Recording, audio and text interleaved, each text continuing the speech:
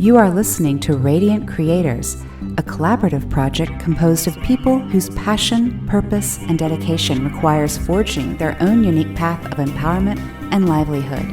A Radiant Creator isn't making a living, they are living.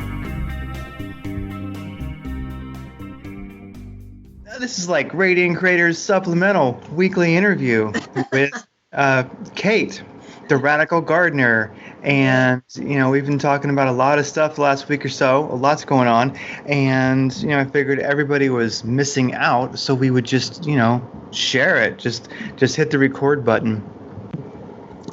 So how are you doing this morning? You've had a morning of gardening and Oh, such. my gosh. Yeah, actually, I have been out. I'm in Southeast Michigan, so I've been out trying to beat the heat from 8 o'clock. And I just came in at 12:30, and my hair's wet because we have an inflatable hot tub, so I took a dive in that after being in the garden. But I try and be in my garden every single morning because it's upkeep, and I have found that if you stay with it daily, it never is overwhelming ever. And so I needed to do I grow containers. For people that don't know what I do, is I basically grow in containers and raised beds. And when you grow like that, you have to stay really up on, keeping the containers filled with soil, always, bumping up the soil. And I do that with worm castings and fresh soil. And then, I go through, I weed everything, I keep everything, and because I have a cement driveway, I have to sweep and clean, or it just looks really tacky. It's not like I'm on dirt, so, it's always upkeep, and I like it to look pretty. It's just my nature. And so it really is a beautiful little garden. So today was working on tomatoes, and for some reason I planted something like 35 tomato plants. And so I get carried away ordering seeds. I'm actually not going to order seeds next year. I have so many seeds. But, and it's been a hard year for tomatoes because it started out cool. And so I've been babying them. And I started them late. I kept waiting for warmer weather. So, they're looking great. Tomatoes are showing up now. So it's great. And, all the babying and trimming the bottom, the bottom leaves off and supplementing the soil and that. It's, for me, it's heaven. It's absolute heaven. I could do it all day long. Yeah, container gardening is something that we have to do in our location because we don't really have land. We have, cement around us. The ideal would be to have a little ranch eventually, but right now it's all containers. But yeah, here in Arizona, I think it's probably over 100 by this point. So a lot of our gardening is either microgreens inside, which, you can grow quite a lot of microgreens. It might be the easiest thing there is to grow, really. So you can have, shelves of microgreens going, and that works pretty well. And then also hydroponics, getting into hydroponics. And, it's, once you get it going, it's kind of fun. It's kind of like having a fish tank. You got your little fizzy bubbles, and you got your pump. And, we have one tower that I'm building that will be kind of cool. It's like a tree, which is made of herbs as it starts growing. So it's fun. But yeah, every day, weeding is it's that 15 minutes a day. If you do it every day and go out there and weed, then it's fine. But oh my gosh, if you miss a week, then it's life is over. Well, the thing is that you're also establishing and maintaining a relationship with your plants, which are living, breathing things that have souls. And so when you always have your hands on them and you're always connecting with them and you're looking at what they're producing and you're thanking them for the food that they're producing. And, so that's a really real key for me, is to keep that relationship going. And it's very active.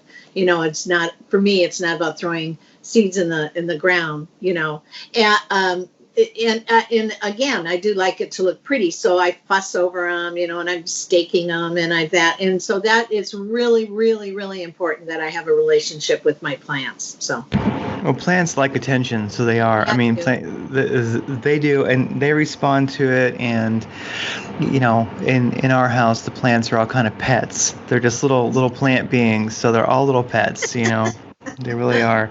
Well, there's a documentary. It reminds me of. There's a new documentary out, and it's getting like a lot of people are noticing it, and it's called like Earthing Movie. It's called like the Earthing documentary, and it's just earthingmovie.com. And it's actually this documentary about being barefoot on the earth and how and all the positive effects that has. But as neat as that is, I'm like, great, this documentary exists. People will take their shoes off and go outside. It's really weird that it needs to exist.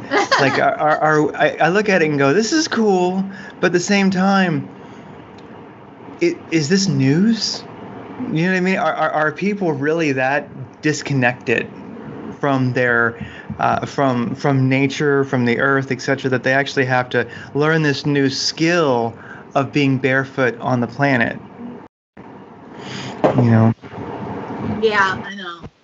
Well, it's I don't know. We're telling.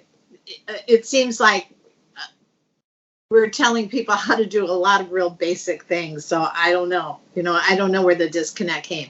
We're transitioning. We moved into a technological age, and it's not like we're a bunch of idiots and we moved into a technological age. That's what we did. But we have to, life is always about balance. I'm all for a cell phone, but I put it down and don't use it for half the day.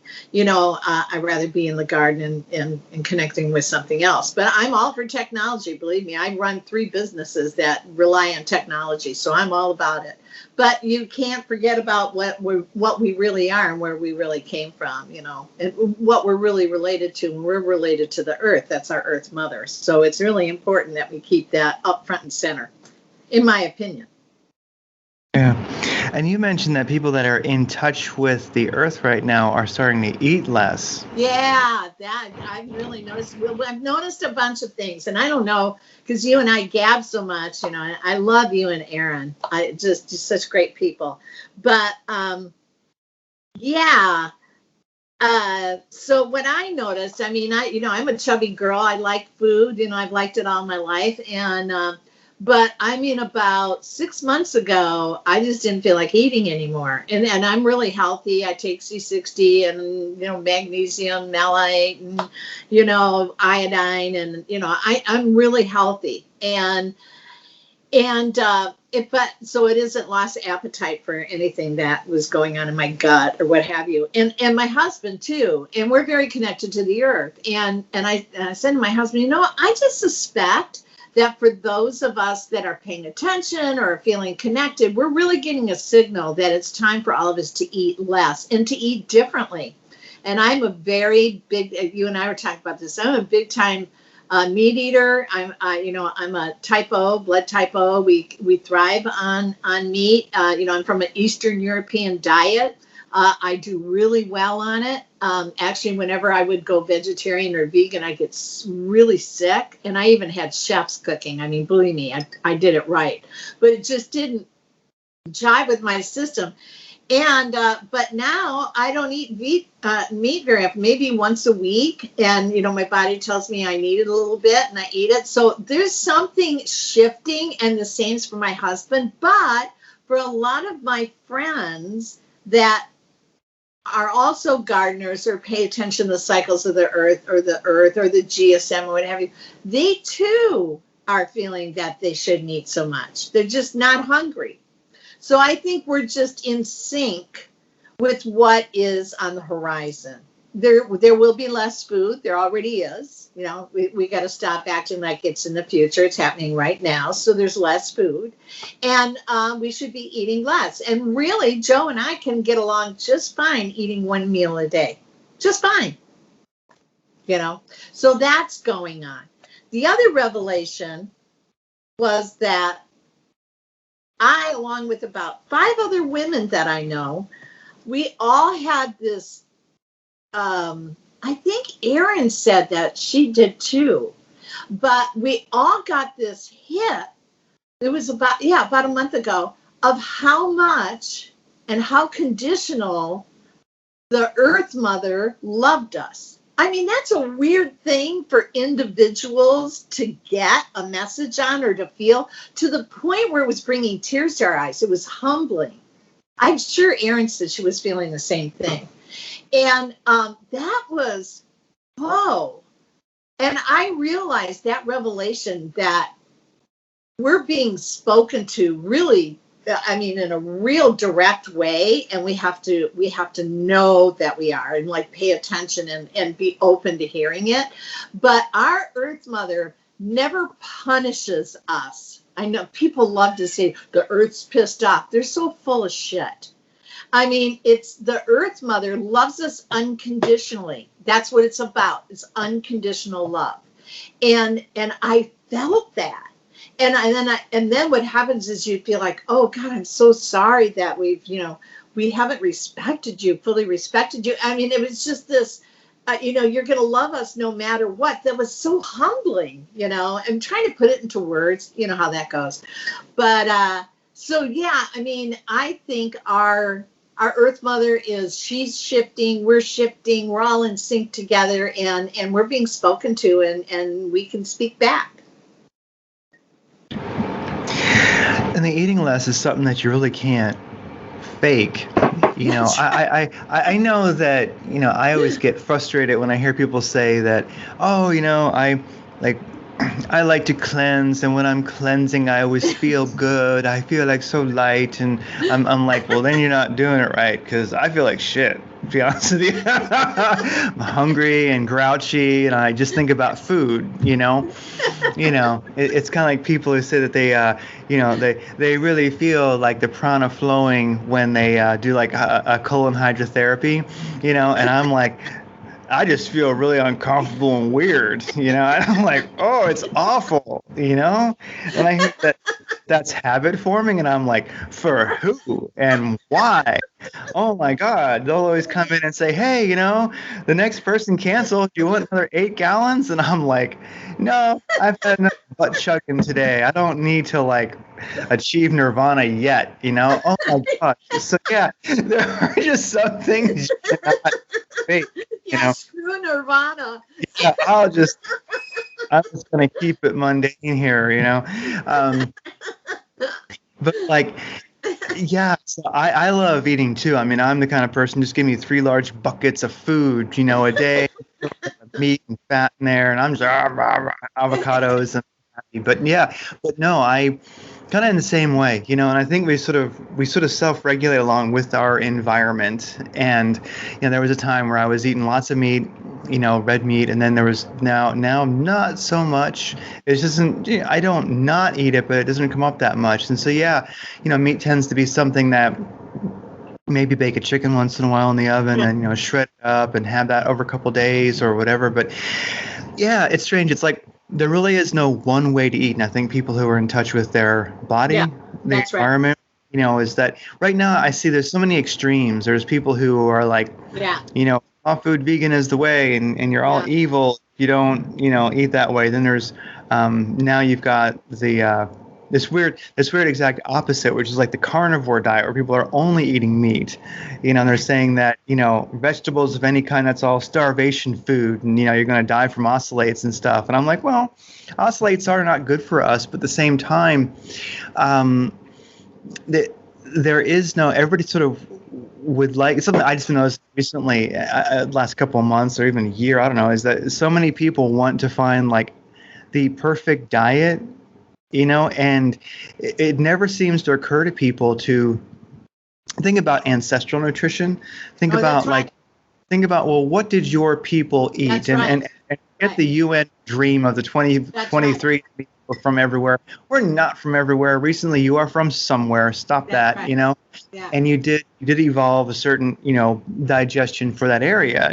Like for me, it's mostly Germany and Scandinavia and stuff. So, I mean, I love beer and meat, I can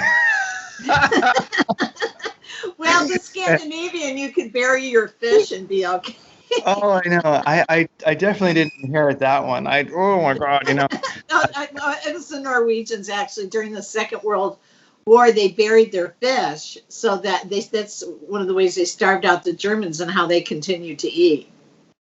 Yeah, they salted it and buried it. Yeah. So whenever I meet anybody Norwegian, I always ask them, so do you still bury your fish? I don't know. It's one of those things that's stuck in my mind. Oh, well, that's why I always like eating for your blood type, because that is based on your blood type, which is your ancestral, and I've seen that. I've seen that just be dead on, but even with that, it's about balance. There's no one diet, for blood type A or AB or B or, whatever. There's no one, no diet that says eat all of one thing.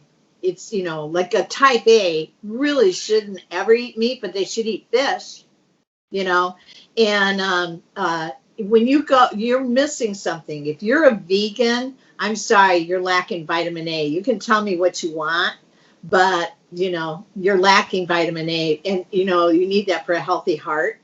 So whatever, if that's how you feel, that's how I feel. If that's what you want to eat, that's what you want to eat, but don't put it on me. I've tried every food plan. If I stayed married to type O, which is basically lamb and real standard fruits like pears and apples and stuff like that, and no beans, no greens, that's type O. And I thrive on that, right? And it just so happens it's a lot of food that's poisoned, right? So, I feel really good if I really hold to the type O diet, which I don't. No, it makes sense. Well, we had somebody on the show once, Arthur Haynes. He's a great character, and he wrote a book called A New Path, and he really gets into the ideal of the ancestral nutrition, as in, what is your DNA, what works for you, but then also the idea of, if nature is perfect, let's say, like nature, planet loves us basically, then wherever you go, what you would, hunt and gather there is really what's perfect to eat in that location, and especially if a person has traveled around the globe a little bit, they realize, different climates have different foods, That's and, right. like here in the desert, it kind of rains food. There's agave root. There's, prickly pear. There's like the prickly pear, leaves, which are kind of intense. There's mesquite. It rains mesquite, and you go out and you pick that, then you take it to there's these big mesquite grinding parties because it takes a certain kind of crazy machine to actually make that into flour.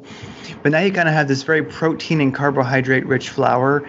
And, of course, we have dates that grow here. I mean, really, the more you learn about here, like the saguaro fruits, if you can pull them off and make jelly out of them, or if you leave them, eventually they fall off, and they're kind of like a little prune, sort of, and you can eat those. And so it's like nature will feed you. And I know that not everyone can hunt and gather where they live. And some people are only going to gather; they're not going to hunt anything. But it's funny. I love watching some, shows about Aboriginal cultures that still exist. And if you watch what they do, they just wander around every day and collect food, everything from like mushrooms to roots to fish to frogs. I mean, you name it. And then they come back and they just have this feast. And to me, it's like the body seems happiest when it's eating this large array of foods, from its environment. And most of us are not going to be able to do that. I know I certainly don't do that, but I do it to the extent that is possible. And we're always working on doing it more. Only a couple hours of picking can get you enough mesquite flour for a year.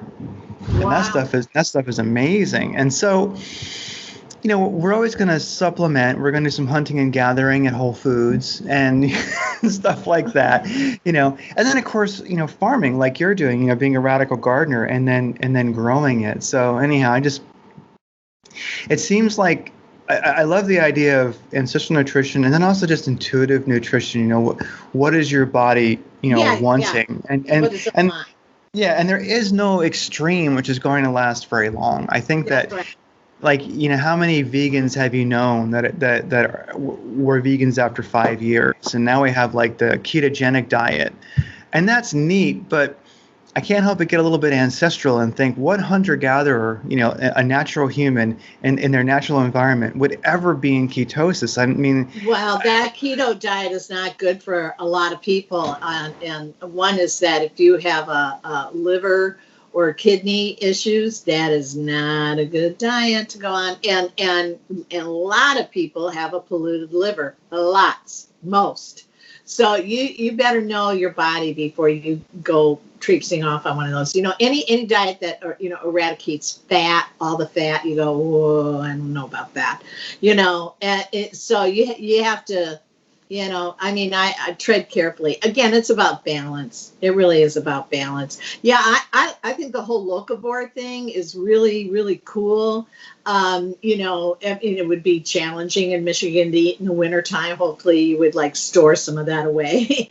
But I mean, yeah, you could walk around if you knew your stuff, your purslane and your nettles and your, and if you knew your dandelions, and if you knew your stuff, you could probably do pretty well. Could just go to a park and walk around. There might be edible mushrooms. Who knows? I mean, I don't trust myself with, like, I have mushrooms growing all over my yard and have no idea if they're poisonous or not. So I don't eat them. So, I just haven't gotten around to learning about mushrooms, which are a great, diet. I mean, to be part of anybody's diet, but I don't know them well and take them. The only mushrooms I know you get really high on. So that's not, and they're not growing in my yard, unfortunately. So. yeah, yeah. Well, no, I mean, being a neo-Aboriginal, as Arthur Haynes kind of coined it, be the new Aboriginal. It's like, if you look at our ancestors, they kind of look like a wild turkey, but then if you look at us, we just kind of look like a domesticated turkey, and you go, oh my God, that's not flattering on any level, But if you begin to get back to your roots of food and then basically gardening and natural forms of exercise, you could kind of get back a little bit to your wild turkey nature.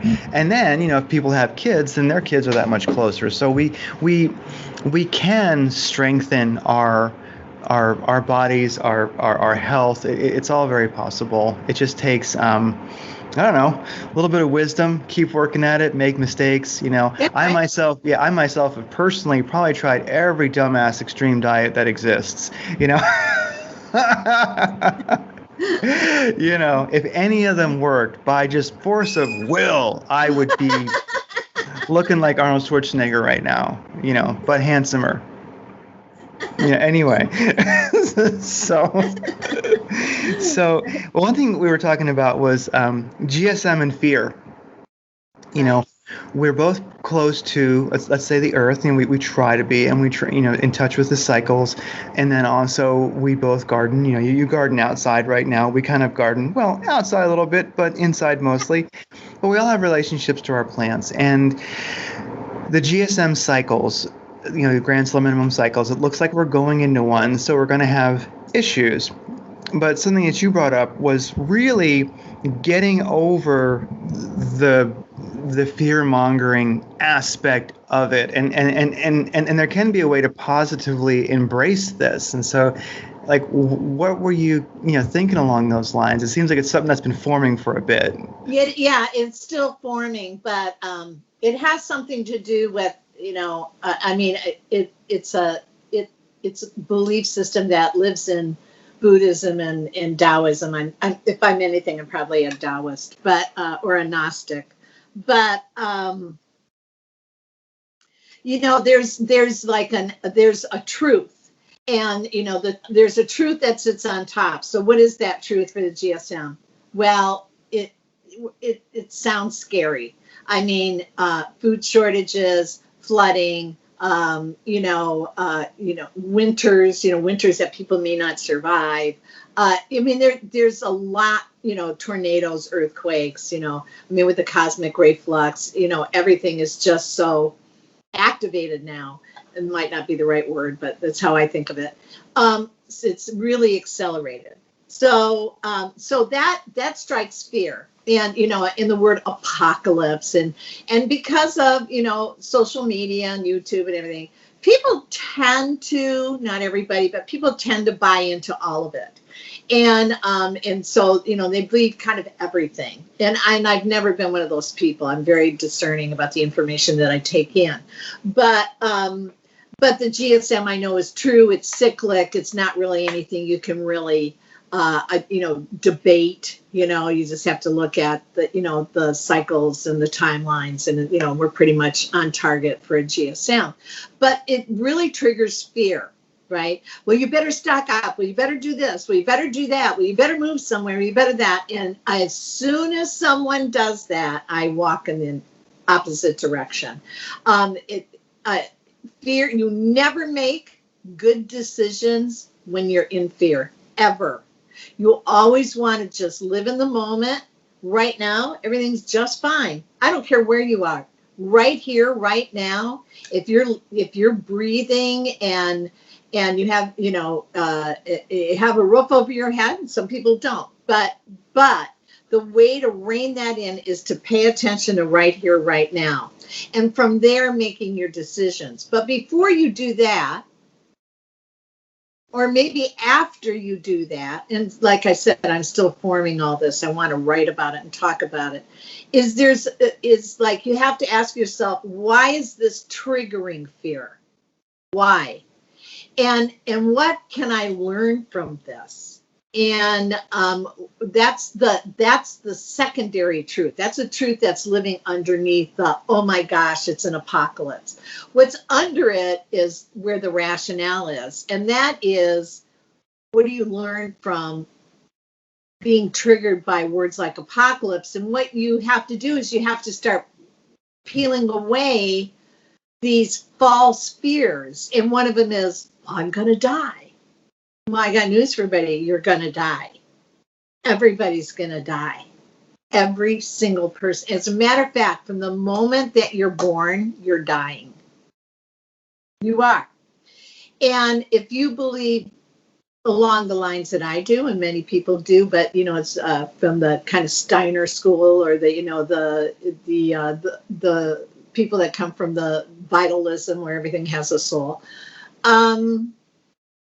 It's life really doesn't start until you die. That's when the real life is going on. This is the third dimensional one. It's rip-roaring fun. I love it. But the one that is really going to matter, where we are taking all that information now and we're going to put it into the cosmos or the Akashic records, or deliver it to the aeons, or who knows what we do, but that's when it really matters. And so it's about shifting our thinking and letting go of that fear. Well, what else? Well, maybe you'll lose your home. Okay, like whenever I go there, I think I have good camping equipment. I'm good. I'll go camp somewhere. I mean, it's like these fears where we've been made to believe that we're supposed to have all these things all of the time. We're supposed to live, I guess, forever. I don't know. We might get cancer. We might. We live in so much fear. It's insane. I don't know how people get through the day. So it's about peeling those fears away, and really using the apocalypse dialogue is a great way of going there. You follow what I'm saying? Is this making sense? Oh yeah, the apocalypse dialogue. I like it. Well, it's something that Carlos Castaneda said in the Don Juan books. I think kind of 70s spirituality, I guess I'd call it, was that one of our biggest problems is that we act like we're going to live forever. And we're not, and we don't. And so he said that death is like walking 2 feet to your left, and is always right next to you, and can reach over and tap your shoulder at any time. And so ultimately, it doesn't mean live every day like it's your last, because I don't think anybody really knows what they would do, and I'm not sure if anybody would really have a good time. If today's your last day, oh shit. I mean, what would you even do with Yeah, it? You know what I mean? Yeah. Yeah, it's like, so. I think a person's last day would probably be very, very mundane, making sure that like their spouse has all their passwords, I mean, it wouldn't really be that eventful. Oh shit, I better, you know what I mean? So that doesn't work. So it's not like live every day like it's your last, but it's that awareness that you're not going to live forever. And this really, a certain urgency to your life that is not a stressful urgency, but you just a person has to live a different kind of life in that way. Like, for one thing, I think that you're not here to solve the world's problems. I don't. No, you're here for the experience. Yeah, you're here to witness, to experience. And then, as like Neil Kramer, a great philosopher, says, is my silent presence enough? And so that is enough. You're silently present, and you're experiencing. And then, what you're here to do is your interests. What interests you? That's where you find the sweetness and the experience of life, is just pursuing, hey, this moves me. And there's a great, channeled entity, whether he's real or not, he's entertaining, Bashar, and he goes, what excites you? Sit and be silent for a moment. If you don't know what you want to do, there's something that excites you. There's something interesting, something. Go do that. And then do the next thing that excites you. So we're here to live our excitement, to enjoy the sweetness of life, to experience life. Our interests are given to us. We have them. And that's the whole of our mission. And so with that, you start taking your bucket list more seriously. I want to do these things. And I'm not going to act like I have forever. I kind of have now. And so really, I think any day that you pursued your interests and you experienced life, like Joseph Campbell, when asked, what's the meaning of life? He's like, to experience it. When you experience life, you'll know what it's for. And so he said his religion is experience. Yeah. Yep. Yeah, so you get into the religion of experience, and you're sitting there, and you look over, and there's death. Oh yeah, I'm alive today. I might not be the next moment. And you just get a certain velocity to your interests in your life. You stop thinking you're going to live forever. And I mean, of course, we can always spiritually abstract things to meaninglessness. I mean, yes, we are going between timelines. Yes, there's only one of us here. All that stuff is true. I'm a very spiritual person, but still, right now I have a huge, consciousness focus in this body. And so that's what I'm doing. Even if I'm recreating it a trillion times a second, and that's the illusion of time, regardless. I think that a meaningful life is a life where you have that religion of experience. Well, everybody has it. I mean, it's unavoidable, because if you're breathing, you're experiencing. It's just whether you're aware that that's actually what you're doing. I mean, awareness can really, it can give that more pizzazz, but, we have to also be really fair in that not everybody, due to whatever they've been dealt in life, because I believe in destiny, and that people are here for their experience. People were here for their choices. That's to make ego grow. I think that to make spirit grow, you're here for your experience. But people are here, and a lot of them don't get to do anything. Like the person that's taking care of the sick mother, maybe has to take care of them their whole life. There may be a way to do that with joy, but when you're feeling, that's a pretty tough thing to turn around. When maybe you were always dreaming of being an opera singer, but instead you're taking care of a sick mother.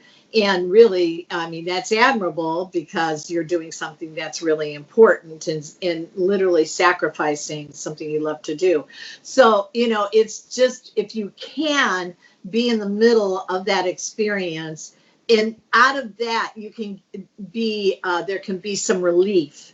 If you can be totally aware of what it is you're doing, because you can bring creativity to it. There's creativity in taking care of someone. There's creativity in doing the dishes. There's creativity in weeding the garden. I mean, anything can be a creative act if you can bring an element of awareness to it. So maybe the most dire thing that you're doing, believe me, I took care of Alzheimer patients when I moved from Seattle to here in 2002. And I mean, that was, that was brutal.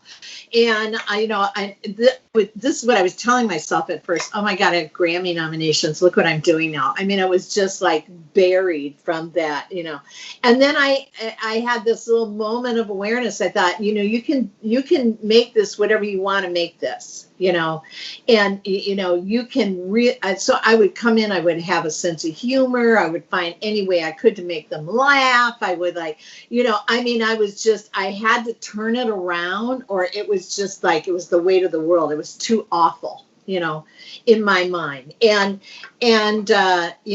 I had the awareness to do that. And you and I've talked about this before. That's a gift. That is a gift. And not everybody has it. Or people get really hung up in love being professional victims. And I'm going to tell you what, that is really hard to break. When somebody's a professional victim, good luck in turning that around. Yeah, it's a delay on growth, basically I don't think anybody is doing much of anything just ego-wise, nor experience-wise. If they're just doing the whole victim thing, it doesn't really work. It just doesn't. Well, one thing about a GSM coming and some of the fear-mongering around it, or just people who are experiencing it, maybe it's just the way that they present it is very, very dire. And maybe that's good. Maybe they're helping people, wake up. It's kind of like Alex Jones is he was a huge wake up for so many people who eventually went, okay, you're just kind of a nut, but you did wake me up and now I'm on to something better, I think that, like for myself, having had experiences in life where I was, close to death, and then also where I was, thought I was, regardless, however you look at it, a few times in life, I've had some close brushes with, not being alive, and I'm happy and healthy and wise right now, but it's just that I've had some experiences like that, and something about the GSM that I think may, something which is very positive, is when you think you're going to die, like for real, you think this is it. This is really it. I mean, it's over. You'd be amazed how sweet and how much experience there is in anything. Like you would miss, and it would bring tears to your eyes, how sweet washing the dishes is.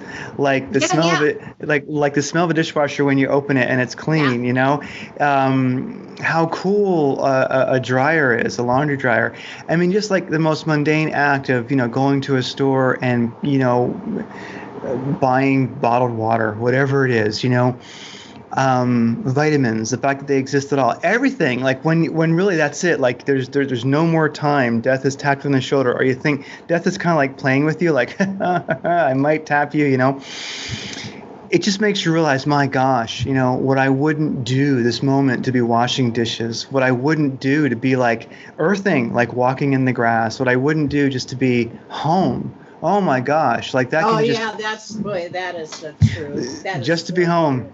Yeah. Just to be home. Yeah, right. Exactly. I mean, to me, just sitting in the garden, it's like, oh, just let me sit in the garden. Whatever I'm doing, I go, can I just go sit in the garden? Yeah. No, I get it. I totally get it. And I've had a couple of pretty gnarly accidents, and I fell through a ceiling and broke my back. Back in my wild days, and all I wanted to do when I was in the hospital was get the hell out. Whatever it took. I just asked them, I said, what does it take to get out of here? And they told me, and I made sure that happened. Just like, get me out of here. I understand. Yeah, hospitals are, when you first get there, it's neat. You're like, hospital. But then, shit wears off in 15 minutes and you just want to get out. You're like, oh my God, just, it's kind of like colon hydrotherapy. Somebody might say, oh, it's so great. I feel so alive. And I'm like, I feel no more alive than when I'm in a friggin' hospital. I'll tell you what. I'm like, if that's life, woo, have at it. Oh goodness.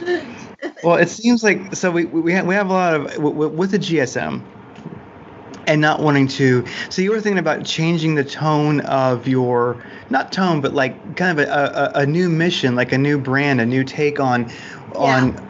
on your channel, which is more of a, you know, joyously entering the GSM sort of, you know, like wouldn't that be a great YouTube channel, you know, like the Grand Joyous Minimum or something like that. You know?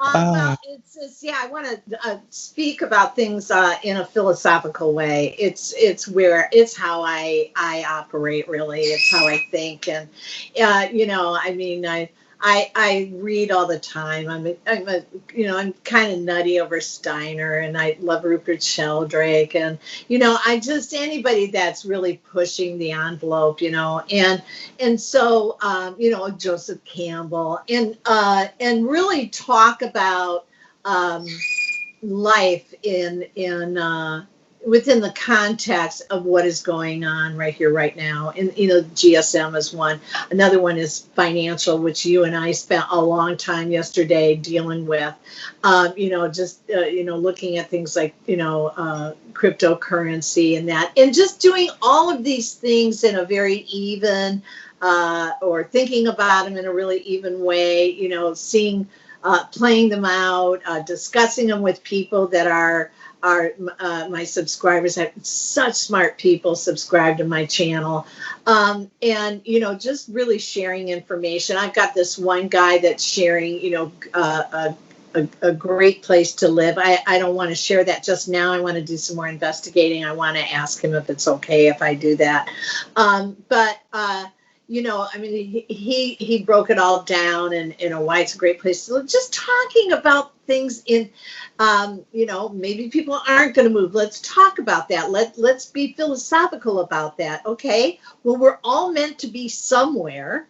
Some people are meant to be in northern Maine, and they'll survive. You know, maybe not everybody, but many will.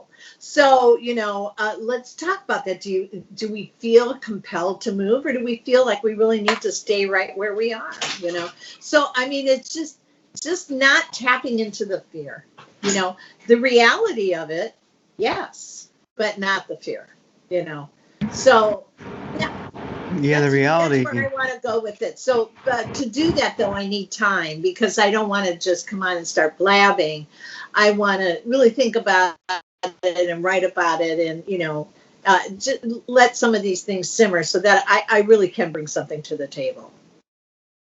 No, it makes sense. I mean, and that's something that we've been thinking of also. It really seems like everybody is going through a new kind of personal rebranding recently. Like, you know, it could be Neptune is retrograde along with this and that in the stars. May have Mercury retrograde. There's a lot of things going on, but everybody's sort of rebranding and thinking about, like, that we know. It just seems like just so many people are rebranding and getting into a little bit of that sacrifice and bliss that Joseph Campbell talked about. You know, they're sacrificing things that really bad habits, you know, where a person could talk about the GSM and just be like, oh, you know, and the shelves are bare, and oh my goodness, it's just getting worse, and blah. And there's a place for that, and if that's really truly where a person is at, like they're doing good work, and that is fine.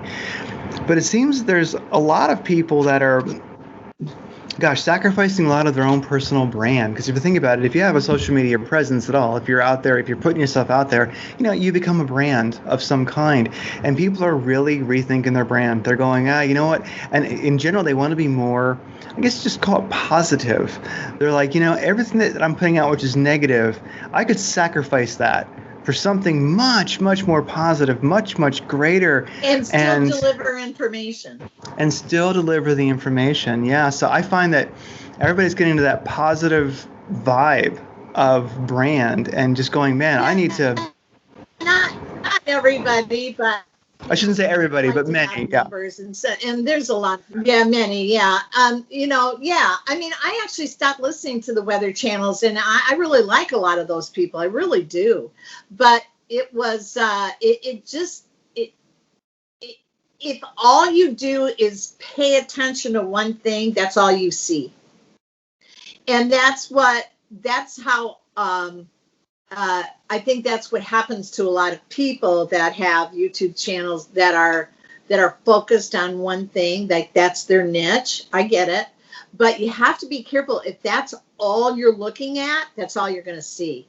That will be the reality. There may be a lot more to it, but if all you're doing is like going after this one thing, this one truth, you're going to miss the whole picture, right? So you just have to be careful, you know? And so for me, I just like, how much can I listen to, you know, and because there were like 5 different channels that I kind of like. And I found myself, I couldn't listen to anybody anymore. It didn't matter to me anymore because I just have to look out my window and I just have to pay attention to nature. And I'll tell you, you know, there's no mosquitoes. I know something's wrong. You know, there's not very many flies. You know, I can tell you that I haven't seen any hummingbirds. I've seen lots of butterflies. So, I mean, you know, I look at the sky, you know, the weather, you know, how does it feel? It feels heavy. You know, that's that cosmic ray flux. It feels like there's a lower ceiling almost, you know. So it's like, you know, I really have to just step out my own door and look at what's going on locally to have a pretty good grasp of what's happening. Now, yes, I want to know if there's earthquakes around the world and what have you, but that's an easy 10-minute drop in, see what's happening, and then get back to what's really going on in my own sphere. And so that's why, because then I get all caught up in things that I can do nothing about. And, you know, except maybe say a prayer, but I do that anyway. You know, I can't do anything about it. I can't change it. I can't, you know, I'm just aware of it, you know. Yeah, there's that book, Cosmic Rays and Evolutionary Leaps, I think it is. I forget who wrote it. Yeah, I can't remember the author. I think that's the title, Cosmic Rays and Evolutionary Leaps. And, you know, the increased cosmic rays from the grand solar minimum, I mean, I think that's something a lot of people are feeling and working with, because you go, wow, you know, I'm getting hit with more cosmic rays, which, you know, I'm sure sounds just new agey and ridiculous to many people. Probably nobody listening to this, but, you know, like to many people that would sound like, oh my God, okay, yeah, that just sounds nuts. But we are getting hit with a lot more cosmic rays, and that has was his hypothesis, and he did a lot of empirical research for it, that's how evolution happens. You know, like it is, and I knew it. I don't mean to cut you off. No, good. Yeah. I knew it when I really knew that there was a solar minimum. I told my husband, I said, I'm telling you, this is going to change our DNA. This is part of our evolution. You know, it was just one of those knowing things, you know, and I really am. I think I hate to say psychic, let's just say highly intuitive, but I knew it. And I think it was Oppenheimer, but he had, someone had brought to his attention that the CIA had done a study in the early 60s. I have it. It's a huge document. It's like 800 pages long. There's a lot of just filler in it that's crazy. And the study was that solar minimums increase psychic phenomena. And so, you know, it's something that's actually been studied.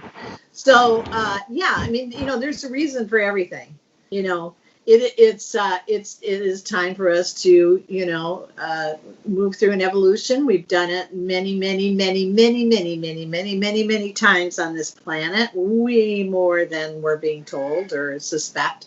And this is just another one. Oh, you know, mankind's still here.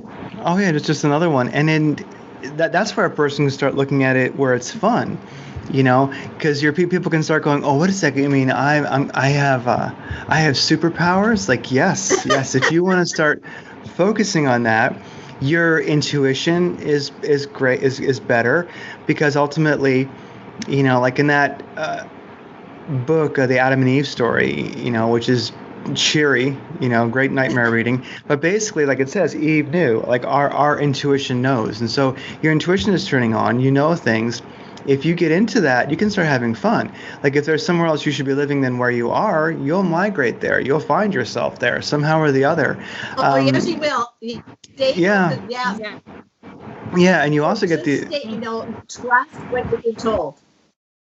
And you also get the ability to, I think, manifest faster, where you focus your intent, you can create faster. So really, it's almost like for many people, at least, well, myself, I can say that it starts to be kind of a spiritual fun playground. You go, wait a second, like reality is changing and you can feel the uniqueness of the cosmic rays. And I remember it was like, when did it start? A couple of years ago, I noticed, I'm like, people are really getting crazy. So much polarization, so much insanity. People who were sane are now not. And now, I kind of begin to understand. I go, okay, what it is that when the cosmic rays increase, you're going to go, one of two directions, either an evolutionary leap or you're going to go back to, I don't know, like a reptilian primal brain mind. It's an extreme push. Yeah. I think that'll have a lot to do with people's health. If they can take on, so that's why it's really important to be really aware. Like, for me, I take, Bob Greska C60, I take iodine, I take magnesium, and excuse me, what else? Oh, and I take Colinest, which is drains the lymph, so that's really good to just dump any kind of toxicity. So and I can't even get a sunburn. That's the C60. I can't even get a sunburn. So I feel very almost like I have a shield. Plus, I wear Jeff's crystals that he implants with homeopathic remedies. I wear that too, and I can tell when I don't have them on and how it feels outside. So but that is just so that there's an ease of it helps me just to move through a really harsh climate. And if you're sickly, or you're eating a real crap diet and a real low, a diet that's really low energetically, which lots of sugar, or fast food, anything like that, you won't make it. So it's really about just, you don't have to be rich. Eat freaking kale every day. Just eat something that's good for you. And I grew 5 different kinds of kale. I'm going to have to eat kale until like my brains fall out. But it's really healthy. It's really sustainable, and it keeps a healthy diet. Even in maybe where there's not, where food might find maybe difficult to grow. No, I understand for sure. Yeah, definitely. I think it's certainly not medical advice for anybody, but I would say, when it comes to diet, don't forget your intuition, don't forget your body, don't forget your location, and what works for you. Some people would say, only, beef jerky is good, everything else is poison. Some would say, well, only a raw kale smoothie is good for you, everything is poison. Some would say, well, sweet potatoes, they're good. Some people would say, no, they're poison, they're just sugar. You can't friggin' win, honest to God. There is nothing I could possibly eat that somebody will not say is a superfood, and another person will say is literally poison. You're going to die. You know what I mean? It's just so, I think part of the extreme cosmic rays coming in do have to do with food. And maybe, I think, an intuition I'm feeling is us figuring out how to eat again. Because we have we have documentaries on, hey, do you know what? Being in nature is good for you. It's called earthing. Oh, wow. Like, did that shit just happen? Oh, So, so I think we're also figuring out how to eat again. How do humans eat? And I think that's something that we're figuring out now. Again, intuitively. So, let those cosmic rays spark that intuition and see what you were led to, Yeah. And, of course, if you're being led to sugar, no, you're being led in the wrong direction. If you're being led to, McDonald's, wrong. So have some common sense. A Pringles can, wrong. Certain things, not correct. But especially if it is some kind of a whole food, it is probably good. Grapes, okay. Beef jerky, all right. Baked potatoes, good. Kale, good. people do have to think and be honest with themselves, you know. So you've been a crypto expert now for going on like 2 or 3 days. So how has that transition been? Like you're new to it, but as we wrap up, you know, it's like I believe that crypto is really a peaceful revolution, and that's quite a lofty statement. It might be the first ever peaceful revolution when it comes down to it, and it might take a while, and there's going to be a lot of government ins and outs because they would love to get rid of it as much as they may say that they embrace it. You know, it is a weird time. I don't even fully understand it, but I do know intuitively it is a peaceful revolution, and it's part of a GSM. It's part of, you know, human evolution. I mean, it's going to be here in the future. And I think a lot of fiat currencies are not, or they'll be much less used, you know. And so how does it feel to be newly, you know, intuitively inspired to get in to crypto? Well, it's pretty interesting that, you know, my husband and I looked at it about a year ago, and there were just too many questions were unanswered, and we just didn't feel real need to. But a couple of days ago, 2-3 days ago, I started to really get this, and this is my intuitive thing going on. My stomach actually started to churn, and I got nervous, and that's why I always know that's a psychic thing. And I get really nervous and like this, and I thought, oh my God, something's going to happen to the banking. It's going to happen soon. I think we need to look at crypto. You know, it's one of those, and it's not that I'm worried. It's that it's all this information is bubbling up, and I don't know what to do with it, right? So anyways, my poor husband, you know, he's the victim of that, because then I start spewing, you know, and like, we've got to go cryptocurrency. And it's like, you know, it comes out of nowhere, and he's going, what are you talking about? You know, and like, I go, no, I'm telling you, we have to do it right now.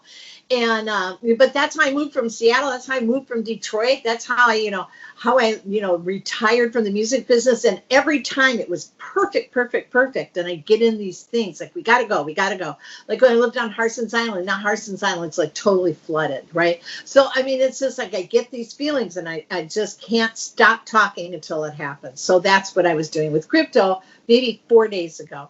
Well, of course, I get this subscriber, and he's telling me about crypto, and he's breaking the whole thing down. And then I reached out to you. I knew you were into it, and you were so helpful. And Craig in Florida, I call him Florida Craig. He was so helpful. And then I found that Samantha, right? I mean, he told me about Samantha. I started watching her. She made a believer out of me.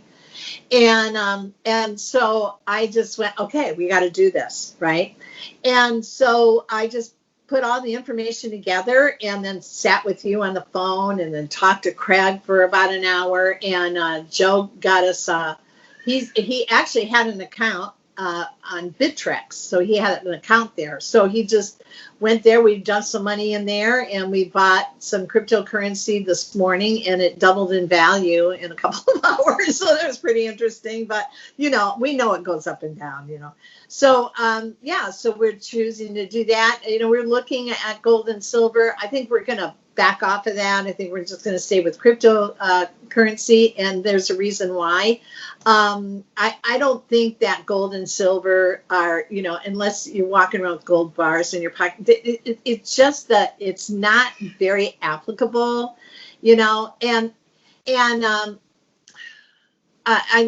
know a lot of people are going to have input about that, but, you know, a fella in Europe who I just started dialogue with him. I've known him off and on for 2 years. He's been doing crypto since the beginning, and he's done very well. And he said that every time that cryptocurrency has always returned, you know, he's always gotten more in return than he ever would with precious metals. And he watches both. So, so we went with it. So that was just my gut. You know, I know a lot of governments are getting really friendly to it, and, you know, creating tax tax breaks for people with crypto. I know Thailand is one of those places. A lot of crypto people are moving to Thailand. A lot of businesses are in Thailand, and Malta is another one.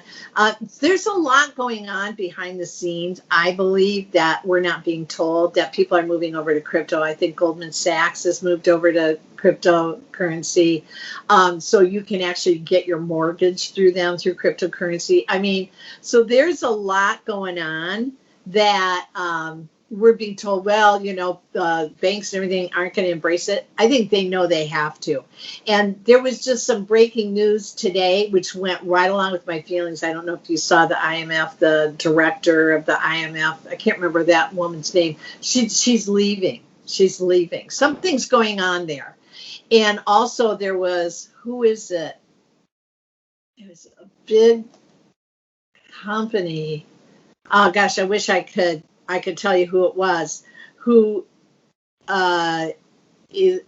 is breaking with, is it the Deutsche, how do you say it, Deutsche Bank? Oh, Deutsche Bank or something like that, yeah. That bank is hanging on for its dear life. So once that goes, and according to Samantha, it'll be down by the end of October. I think she's right, because all the signs are that things are just starting to fall away. They have to. I mean, it's over. We're operating at, who knows what now, $21 trillion in debt. There has to be a financial reset. There has to be.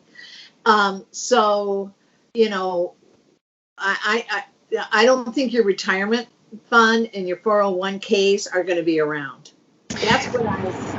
Oh yeah, and that's the thing about those will be gone. Yeah, and this thing with crypto is people can, they become their own bank. I mean, your money is yours. Now, of course, when it's on an exchange, it's sort of in a bank, but it's not the same.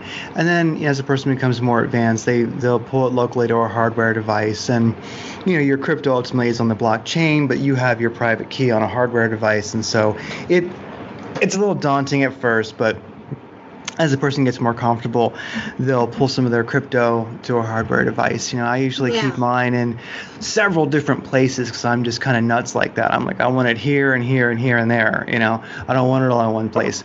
But yeah, I think that one thing that we might see, I think we'll see a fiat financial reset. Yeah, that's what and I think, but then we'll see international trade happen in crypto. Because, right now, like one crypto Ethereum, and there's other ones. I mean, see, right now we have, I wouldn't say too many cryptos, but there's a lot. And really, I'd say 95% of them are just total bullshit money grabs. Yeah. People saw an opportunity to get funding and make a company, and they'll die soon. And that's really, really great. I'm sure in the next 5 to 10 years, we'll have 10 or 20 cryptos, and maybe even half those don't even exist today. So it's really a crazy market, but the top 10 are probably always going to be there. That's what I've been getting, is the top 10, top 20. Top 10, top 20. It's all about the ones that actually have real use cases. I mean, Bitcoin is our crypto gold ultimately. And Ethereum and is a great one. See, so a lot of international contracts are being made with Ethereum. So you've got a smart contract which is written on the blockchain where money can only move when certain things are completed. That allows, and it's already happening. I mean, people are writing the smart contract in I forget the name of the language, but they're writing it, and it's on the Ethereum blockchain, and each step has to be agreed on by all players for money to move. And so now, if you ship a cargo ship full of stuff and it ends up over there, well, until they pay for it, they can't have it. It's really, it actually works better than fiat, and that's kind of what I see happening. Like I already mentioned, is that we're gonna have a fiat reset, and then we're gonna have a crypto quick evolution. Talk about an evolutionary leap. The cosmic rays are going to hit crypto. It's an evolutionary leap. And I always think banks have mixed emotions with it, but like you're saying, they have to adopt it. And I think that, bankers don't have borders, allegiances, hearts. They're mostly psychopaths. So, I mean, for the most part, they want money, and they want to be alive, and they want wealth, and they want to continue eating babies. So basically, if crypto is what's going to exist and not fiat, then they're going to be in crypto. They'll just start playing nice with it. So it's not that I think you're right. They have to, But the nice thing is that it does disempower the banks quite a lot, because we don't need the intermediary. We don't need the SWIFT system. We don't need a lot of things. Like a check requires a bank ultimately, if you think about it. But certain things like trading silver coins doesn't need a bank, but that's very primal, But trading crypto, you don't need it. It's just between two parties, and that trade can actually be built into a contract that everyone agrees upon in some cases, so that everyone has to agree. This step took place. Okay, money can move. This took place. Okay, now money can move. So it's nice that I think the banks are trying to wiggle their way in where they're going to make transactions easier, but they're never going to be able to actually own the transactions. Oh, it's tough. Tough to be a reptile right now. I love it. I absolutely love it. Well, yeah. And, I really like, don't do that. Listen, we don't have a lot of money. We're talking like we're doing $50 here, $100 here. We're doing it every week. So it's just this constant, consistency. And we don't have a retirement fund. We've never, how I didn't work at Ford or GM or anything, so we don't have that. And, we have Social Security, so we have that. But I'm not cashing in my 401ks. I've never believed in them. And people have lost them twice now. I don't know how many more times they want to try 401ks, but if I had 401ks now, I would get rid of it and turn it into crypto. Personally, that's what I would do. After the kind of feeling that I've had over the last week and, what I think is going on, I wouldn't hang on to the 401ks. And actually, the Craig in Florida, he cashed in half his retirement fund. And got crypto. And he missed the first time there was the big thing for Bitcoin, and went up to like 20,000 and it came back down. But when it came back down to like 3,200, he said, that's it, I'm in. And he went in. He's made a lot of money. So, it's just, I think that's really smart. But I think, when there's a financial reset, I don't know whose retirement funds and 401ks are going to survive that. Now I know nothing about finance. Can we just say that, like clearly say, do not ask me questions about finance. I know nothing. But it's just like, I have a sense and a feeling about it. And some of it's just common sense in my mind, maybe not in someone else's, but it's just how I'm going to move forward. No, it makes perfect sense. Well, it's definitely, part of our evolutionary leap, I think, is a new form of, fiat that is getting rid of fiat, as they would say, and having a currency, which is, it really is quite literally, it's like trading silver and gold again. It's a real currency. And the thing with the dollar is that it's a deflationary, or inflationary. Well, anyway, it loses value. So one of the things that it really changes our relationship to money, because if you have a dollar, it's going to be worth a dollar kind of forever, but you also know that there's inflation, and you also know that it's losing steam. It's losing, buying power. So while there's inflation, your dollar's also becoming worth less. So it's, and then especially if you think about things like a GSM, where food's going to get really expensive and such. The way people act right now, I think one of the reasons why people are very credit heavy and why they don't really see a value in money is that ultimately it doesn't have that much value. I think it's why I have a weird theory. That's why products keep getting cheaper. Everybody's like, wow, why is everything shit? Why is everything made so crappy? Well, it's because I'm not for that. I'm not for that. It's because our wealth, our money doesn't have any value. So what you're buying doesn't have any value. It can't, So I think that with crypto, I just say, Bitcoin explicitly. Last thing about Bitcoin is if you just don't touch it, it will be worth more. That's right. It has ups and downs, but if you look at the graph, it's going up like this. That's right. And it always has been. And there's only so much of it. Once it's out, it's out. And so that's why I'm glad I'm in. And then we bought things that the alt altcoins, and that just looked really interesting to me. And they're really cheap right now. And we already saw, just in a day's time, we saw that shift. And I told you, I said, God, I got a feeling about these things too, So, and then Craig informed me on it, and then I just kind of sat with it. So, so once I, see how it does, I'm going to just sit with it for a couple of weeks. And then I just want to touch on this with my YouTube channel, because I think there's a lot of people just like me that kind of want to dip their toe in it, but just don't know how, and so I agree. I just want, I want to be really clear on the how to, so, but anyways, I'm glad that we've talked about all this. I think it's really useful to help people. I know it's something that I really want to do. Like I trade crypto for a living right now is what I do, so I have Bitcoin, of course, but, I trade into altcoins as they are pumping, as they say, and then I sell, so I'm constantly, I'm kind of a mercenary. There's no altcoin which is special to me.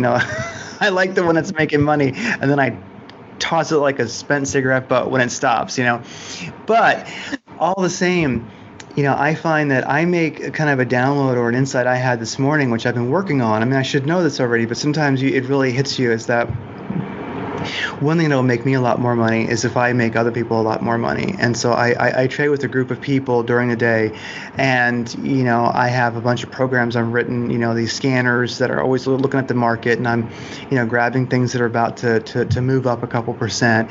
And so I really started aggressively sharing that with a group that I'm in, and actually two groups, and, one's public, anybody can join it if they want.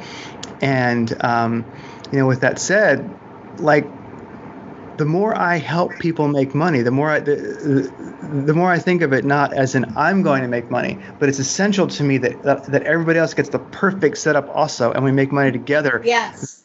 That's actually making me, already, I'm seeing, big gains from that. So and that Samantha said that. She said that the wealth is going to be held by a very different kind of person than used to hold the wealth. And the people with that wealth are going to help people that don't have the wealth. And that there's going to be a distribution of wealth in a very different way than we've ever seen before. Because it's people like us, hopefully like us, that make money. And I've always known if I ever walked into a pile of money, I would share it. I've always known that. I've just never walked into a pile of money, But I mean, I always knew that if I did, I would share it. And I think that there's a whole bunch of people just like me out there that would, especially if they saw people were suffering or, trying to get by, we would definitely do that, or help them set up or whatever. But I found that really encouraging, So, I hope it's true, because I would love to make money to share it. I don't need a lot of money to live. I never have. I live in a little house. I love it. I love my life simple. And I would love to share money with people that need it. Yeah, making money starts to be, rather than an aspect of ruthlessness and hoping that you win and that there's not enough and you have to get yours, etc. Now with crypto, at least in what I'm doing, it's like we're going hunting and gathering together. We're going out and we're all winning together, and we're kind of sharing in a way. And then it's like Stuart Wilde, a great philosopher, said. He says, there's all this money right now wirelessly flying through the air, actually passing through your body right now. There's all this money, and all you have to do once you get it, once you understand the spiritual nature, like the spiritual metaphysics of our existence, he goes, all you have to do is just reach out, and all that money that's moving, and just grab a handful. I love that. And that's really how crypto works. Maybe I'm oversimplifying it, but that's how I'm working on it, working for myself and others, truly. Yeah. Well, it's been great talking. I mean, this is great, and I'll get this posted, and I'll share it over to you so you can post it on your channel, and Okay. Yeah. All right. Well, this is everything about me is at radiantcreators.com. That's it. Go there, look, you'll find everything. And then for Kate, where can people find you? Yeah, just say Kate Hart, Radical Garden. It'll take you there. as most people know, YouTube, the Nazis took down my YouTube channel. You might want to take that word out, or they'll demonetize you. But anyways, they took my channel down and 250 videos, whatever. But I went right back up the same day. And so if you put in Kate Hart Radical Gardner, you'll find me. Sounds great. Okay, and I will of course link to your YouTube and the show notes. All right. Well, take care, and we'll do this again soon. Okay, honey, bye. Say hi. Thanks for listening to Radiant Creators. Check out more content at radiantcreators.com. If you like the show, give it a like. Share this. Comment. Keep the conversation going. You can also find us at alternatecurrentradio.com, where there's this show and a lot more.